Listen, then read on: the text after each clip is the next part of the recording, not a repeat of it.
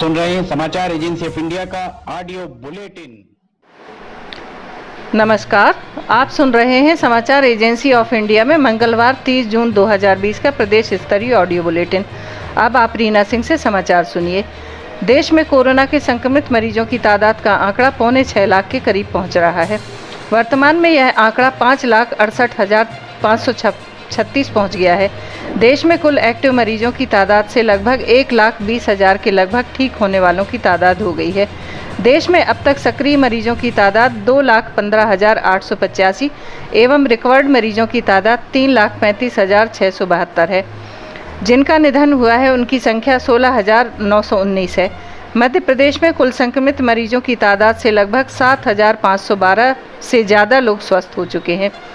प्रदेश में आंकड़ा 13,370 पहुंच गया है, जिसमें एक्टिव मरीजों की तादाद 2,607, रिकवर्ड मरीजों की तादाद 10,199, जिनका निधन हुआ है उनकी तादाद 564 है।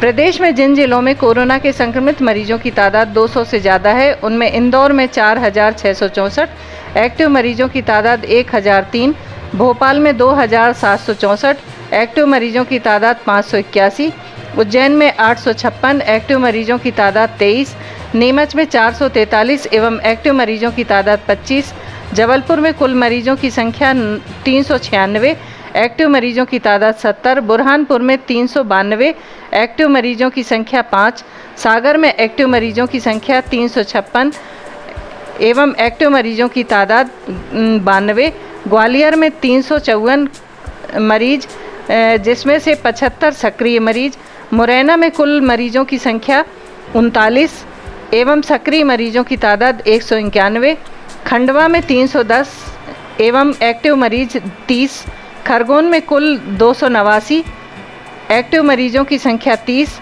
तथा देवास में 219 कुल संक्रमित मरीजों में से एक्टिव मरीज 37 एवं भिंड में कुल मरीज 211, एक्टिव मरीजों की संख्या 82 है। प्रदेश में होशंगाबाद, डिंडोरी, अनूपपुर, अलीराजपुर एवं उमरिया में एक्टिव मरीजों की तादाद 0 है। कोविड-19 के व्यापक सर्वेलेंस के लिए प्रदेश भर में 15 दिवसीय किल कोरोना अभियान चलाया जाएगा। इसकी शुरुआत 1 जुलाई को होगी। अभियान 15 जुलाई तक चलेगा। प्रदेश के सभी जिलों में वायरस नियंत्रण और स्वास्थ्य जागरूकता अभियान में सरकार और समाज साथ साथ कार्य करेंगे। मुख्यमंत्री शिवराज सिंह चौहान ने आमजनों से अपील की है कि किल कोरोना अभियान में घर घर पहुंच रहे सर्वे दल को आवश्यक जानकारी देकर सहयोग करें।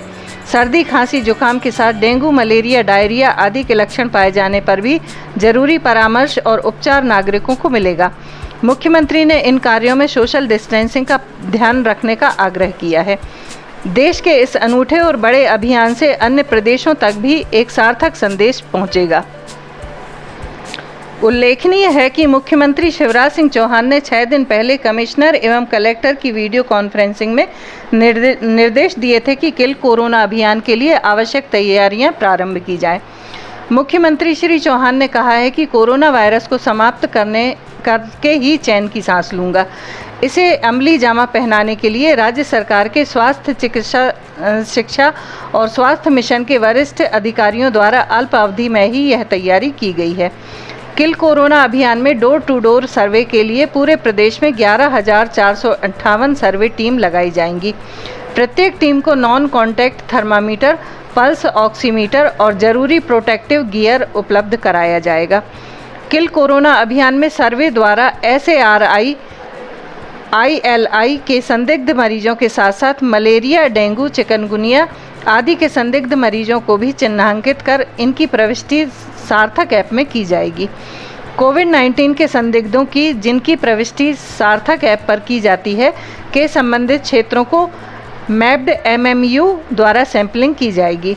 रोजाना चिन्हित किए गए संदिग्धों की सैंपलिंग के बाद उनकी टेस्टिंग RT-PCR और TRUNAT के माध्यम से की जाएगी। प्रदेश भर में SARI, ILI सर्वे के बाद चिन्हित संदिग्धों के 3 लाख से ज़्यादा सैंपल लिए जाएंगे। रोजाना 21,000 टेस्ट किए जाने की क्षमता विकसित की जा रही है।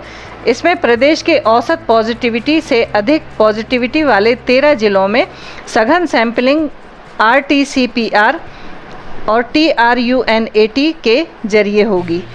ऐसे 29 जिले जहां पॉजिटिविटी दर प्रदेश के औसत से कम है, में जनरल सर्वेलेंस के लिए पूल्ड सैंपलिंग के निर्देश दिए गए हैं। प्रदेश में 69 TRUNAT साइट्स संचालित हैं, जहां जिला स्तर पर टेस्टिंग की सुविधा उपलब्ध रहेगी। स्वास्थ्य विभाग का मानना है कि किल कोरोना अभियान के बाद प्रदेश में टेस्ट प्रति मिलियन की संख्या 4022 से बढ़कर 7747 हो जाने की संभावना है, जो कि राष्ट्रीय औसत से अधिक है। इसी तरह अधिक सैंपलिंग के परिणामस्वरूप प्रदेश की पॉजिटिविटी दर में भी गिरावट आएगी। मुख्यमंत्री CM शिवराज सिंह चौहान दिल्ली में बीजेपी आला कमान के साथ मंथन करके भोपाल लौट आए हैं। बताया जा रहा है कि मुख्यमंत्री मध्य प्रदेश में मंत्रिमंडल विस्तार को लेकर भाजपा के आला नेताओं से विचार विमर्श करने के लिए 2 दिनों से दिल्ली में ही थे। मंगलवार सुबह CM शिवराज सिंह, भाजपा प्रदेश अध्यक्ष VD शर्मा और संगठन मंत्री सुहास भगत भी भोपाल लौट आए हैं। मुख्यमंत्री शिवराज 2 दिन से दिल्ली में थे और उनकी मुलाकात प्रधानमंत्री नरेंद्र मोदी, गृह मंत्री अमित शाह, बीजेपी के राष्ट्रीय अध्यक्ष JP नड्डा, ज्योतिरादित्य सिंधिया सहित कई वरिष्ठ नेताओं से हुई। सोमवार को अचानक प्रदेश के गृह मंत्री नरोत्तम मिश्रा भी दिल्ली पहुंच गए थे। सूत्रों की माने तो मंत्रिमंडल विस्तार में कई मंत्रियों के नाम और प्रदेश में 2 डिप्टी CM बनाने को लेकर पेच फंसा हुआ है। दरअसल मध्य प्रदेश के सियासी गलियारों में पिछले कुछ दिनों से मंत्रिमंडल विस्तार को लेकर सुगबुगाहट चल रही है और देवशयन से पहले 1 जुलाई को मंत्रिमंडल का विस्तार होने की बात हो रही है। इस विस्तार को लेकर मंत्रियों के दावेदार भी सक्रिय हो गए हैं। विस्तार में सिंधिया खेमे के साथ साथ नए चेहरों को जगह देने की भी चर्चा है।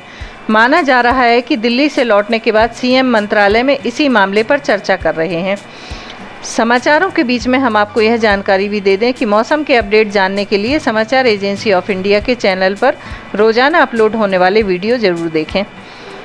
एक तरफ पूरे देश में कोरोना संक्रमण का कहर बढ़ता जा रहा है, हजारों की तादाद में लोग रोजाना संक्रमित हो रहे हैं, लेकिन सरकार ने अनलॉक के नाम पर रियायत क्या दी? आम आदमी ने मान लिया कि कोरोना संक्रमण खत्म हो गया। बाजार हो या सड़कें, आम दिनों की तरह भीड़ नजर आने लगी है। लोग एक दूसरे से शारीरिक दूरी बनाकर नहीं चल रहे हैं। कई तो इस तरह के नज़ारे भी सड़कों पर नज़र आ रहे हैं जिन्होंने मास्क तक नहीं लगाया है। इस घोर लापरवाही का ही नतीजा है कि कोरोना का संक्रमण तेज़ी से फैल रहा है। कहीं ना कहीं हम खुद खतरे को दावत देते नजर आ रहे हैं। पेश है इस संबंध में प्रदेश की संस्कारधानी जबलपुर से समाचार एजेंसी ऑफ इंडिया के महाकौशल ब्यूरो सुमित खरे की एक रिपोर्ट। लॉकडाउन में जब सब कुछ थमा हुआ था तब हर किसी को परेशानी महसूस होने लगी थी।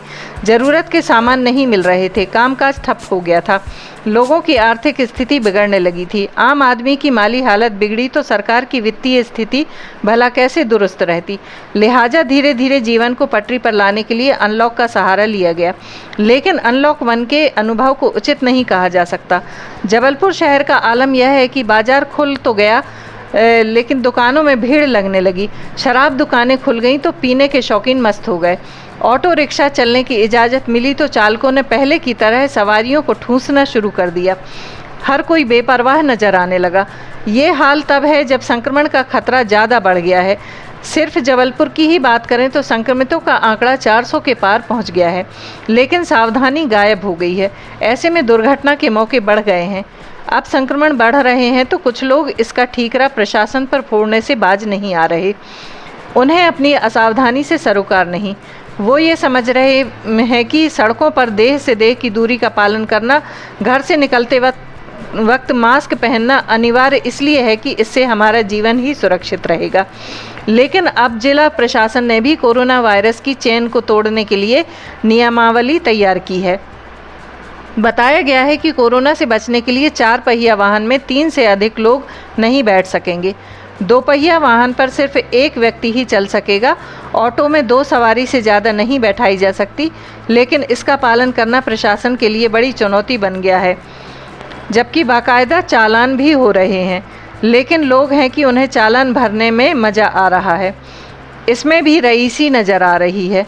शराब दुकानें पहले ही खोल दी गई तो यहाँ भी नियम टूटते नज़र आ रहे हैं। अब दमोह नाका चौक, ब्लूम चौक, 3 पत्ती, पुराना रोडवेज इलाके में रेड सिग्नल के साथ ही वाहनों की लंबी कतार लग जाती है। इस दौरान लाउड स्पीकर पर सोशल डिस्टेंसिंग का सबक भी सिखाया जाता है। सीसीटीवी के जरिए यह नज़ारा पुलिस कंट्रोल रूम में पहुंचता है और कोविड-19 के लिए बनाई गई मॉनिटरिंग एंड कन्वेंशन रूम में भी। लेकिन सारा सिस्टम होते हुए भी प्रशासन पंगु सा बना दिखाई दे रहा है। इस सिस्टम के टूटने में ट्रैफिक पुलिस कहीं न कहीं तो जिम्मेदार है। आखिर जब सिग्नल तोड़ने वाले वाहनों का नंबर देखकर चालकों को चालान भेजा जा सकता है, तो auto rickshaw, car, bike, scooter की ओवरलोडिंग पर भी वैसा ही किया जा सकता है। लंबे चले लॉकडाउन के बाद बाजार और दुकानों को इसी शर्त पर खोलने की परमिशन दी गई थी कि दुकानों के सामने गोले बनाए जाएंगे, ग्राहकों के बीच सोशल डिस्टेंसिंग बनी रहेगी, दुकान में सैनिटाइजर रखना होगा, दुकानदार और ग्राहकों को मास्क पहनना होगा। लेकिन अनलॉक 1 में शहर के किसी भी क्षेत्र में जाएं, दुकानों में प्रोटोकॉल का कहीं पालन नहीं हो रहा। दुकान के अंदर लोगों की भीड़ रहती है, सैनिटाइजर रहता नहीं है, अगर कहीं रखा भी है तो सिर्फ दिखावे के लिए, इसका उपयोग नहीं होता है। ऐसे में कोई संक्रमित ग्राहक पहुंच गया तो कितने लोगों के बीच संक्रमण फैलाएगा, इसकी चिंता न दुकानदार को है न ग्राहक को। अब सरकार एक जिले से दूसरे जिलों के लिए बसें चलाने की तैयारी कर रही है। हालांकि अभी सवारियों की संख्या को लेकर बहस छिड़ी है, लेकिन आने वाले समय में नियमों का पालन कैसे होगा इसकी चिंता नहीं। अभी शहर में जो ऑटो चल रहे हैं उन्हें 2 सवारियों के साथ ही ऑटो चलाना है, लेकिन ऑटो में 8 से 10 लोग बैठाए जा रहे हैं। जून माह में प्रदेश की राजनीतिक राजधानी भोपाल में संक्रमित मरीजों के मिलने का सिलसिला थमा नहीं है। भोपाल शहर में पहला मरीज 22 मार्च को मिला था। इसके बाद संक्रमण की दर बढ़ने लगी और नए क्षेत्रों में संक्रमण फैलने लगा। अप्रैल महीने में शहर में 500 से ज़्यादा मरीज सामने आ चुके थे।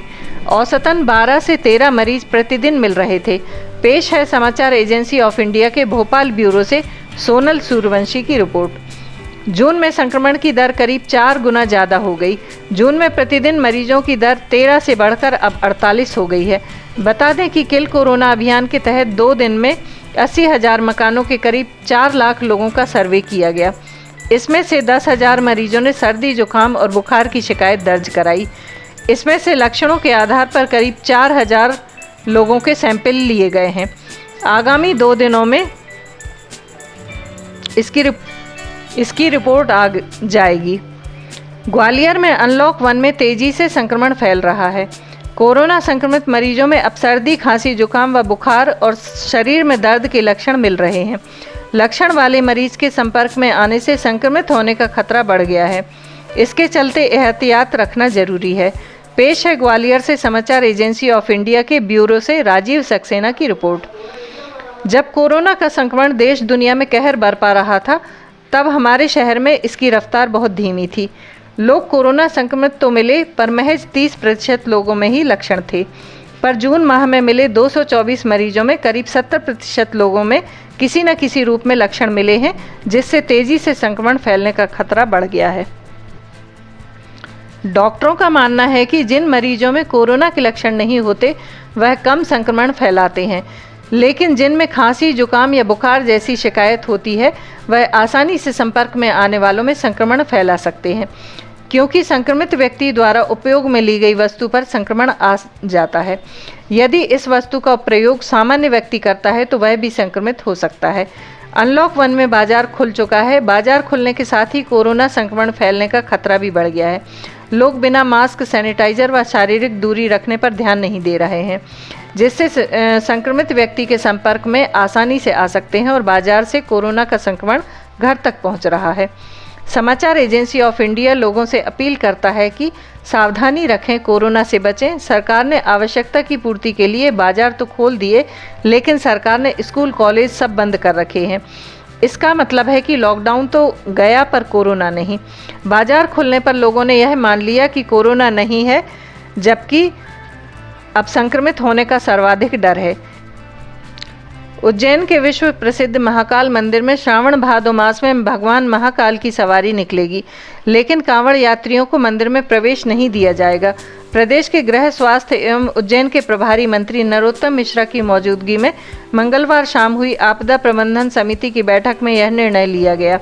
श्रावण मास की व्यवस्थाओं पर चर्चा करते हुए प्रभारी मंत्री ने महाकाल दर्शन का समय 1 घंटे बढ़ाने के निर्देश दिए हैं। अब भक्तों को शाम 7 बजे तक राजाधिराज के दर्शन होंगे। वर्तमान में सुबह 8 से शाम 6 बजे तक दर्शन व्यवस्था लागू है। इधर शहर में बाएं के नियम से दुकान खोलने के आदेश को भी वापस ले लिया गया है। छिंदवाड़ा जिले में जुन्नारदेव कांग्रेस ब्लॉक अध्यक्ष घनश्याम तिवारी का एक वीडियो सोशल मीडिया पर वायरल हो रहा है। वायरल वीडियो में कांग्रेस नेता अधिकारी को शहर में आग लगा देने की धमकी देते नजर आ रहे हैं। वहीं वीडियो पर बीजेपी ने आपत्ति जताई है। जानकारी के अनुसार विधायक सुनील उइके, कांग्रेस ब्लॉक अध्यक्ष घनश्याम तिवारी और कांग्रेस कार्यकर्ताओं ने अचानक रविवार को पुतला दहन कार्यक्रम में पहुंचकर हंगामा शुरू कर दिया था। इस दौरान बीजेपी और कांग्रेस के कार्यकर्ता भी आमने सामने आ गए थे, जिसकी विधिवत शिकायत भी दोनों दलों ने थाने में दर्ज कराई थी। इसी मामले में से जुड़ा एक वीडियो भी सामने आया है। ब्लॉक अध्यक्ष घनश्याम तिवारी, विधायक सुनील उइके और कांग्रेस नेता की उपस्थिति में प्रशासन को शहर में आग लगाकर ईंट से ईंट बजाने की धमकी देते नजर आ रहे हैं। वहीं बीजेपी ने इस मामले में पुलिस से कार्रवाई की मांग की है। मध्य प्रदेश लोक सेवा आयोग ने राज्य सेवा प्रारंभिक परीक्षा 2019 और वन सेवा परीक्षा 2019 के करीब 6 माह बाद उम्मीदवारों को अपने स्कोर कार्ड देखने की अनुमति प्रदान की है। इस परीक्षा में शामिल हुए परीक्षार्थी आयोग की वेबसाइट या आयोग के कार्यालय में जाकर 29 सितंबर 2020 तक का अपना स्कोर कार्ड देख सकते हैं। ओबीसी कोटे को लेकर कानूनी प्रक्रिया के चलते अब तक इन परीक्षाओं का परिणाम घोषित नहीं किया जा सका है। एमपीपीएससी ने एक सार्वजनिक नोटिस जारी कर इस संबंध में सूचना दी है। इसमें यह भी कहा गया है कि उक्त परीक्षा में शामिल उम्मीदवार शुल्क का भुगतान कर अपनी OMR शीट भी देख सकते हैं। आयोग के अनुसार उम्मीदवार अपने एडमिट कार्ड के माध्यम से आयोग के कार्यालय आकर स्कोर कार्ड या OMR शीट देख सकते हैं। गौरतलब है कि मध्य प्रदेश के विभिन्न विभागों में खाली पड़े करीब 540 पदों को भरने के लिए एमपीपीएससी द्वारा 12 जनवरी 2020 को प्रारंभिक परीक्षा का आयोजन किया गया था। 1 माह में इसका परिणाम घोषित करना था, लेकिन कुछ उम्मीदवारों द्वारा अन्य पिछड़ा वर्ग के कोटे को 14% से बढ़ाकर 27% किए जाने के खिलाफ हाई कोर्ट में याचिका दायर कर दी। मामला कोर्ट में पहुंचने के कारण इस परीक्षा का परिणाम घोषित नहीं किया जा सका है। आप सुन रहे थे रीना सिंह से समाचार एजेंसी ऑफ इंडिया में मंगलवार 30 जून का प्रदेश स्तरीय ऑडियो बुलेटिन। बुधवार 1 जुलाई को एक बार फिर हम ऑडियो बुलेटिन लेकर हाजिर होंगे। अगर आपको यह ऑडियो बुलेटिन पसंद आ रहे हों तो आप इन्हें लाइक, शेयर और सब्सक्राइब जरूर करें। फिलहाल इजाज़त लेते हैं। नमस्कार।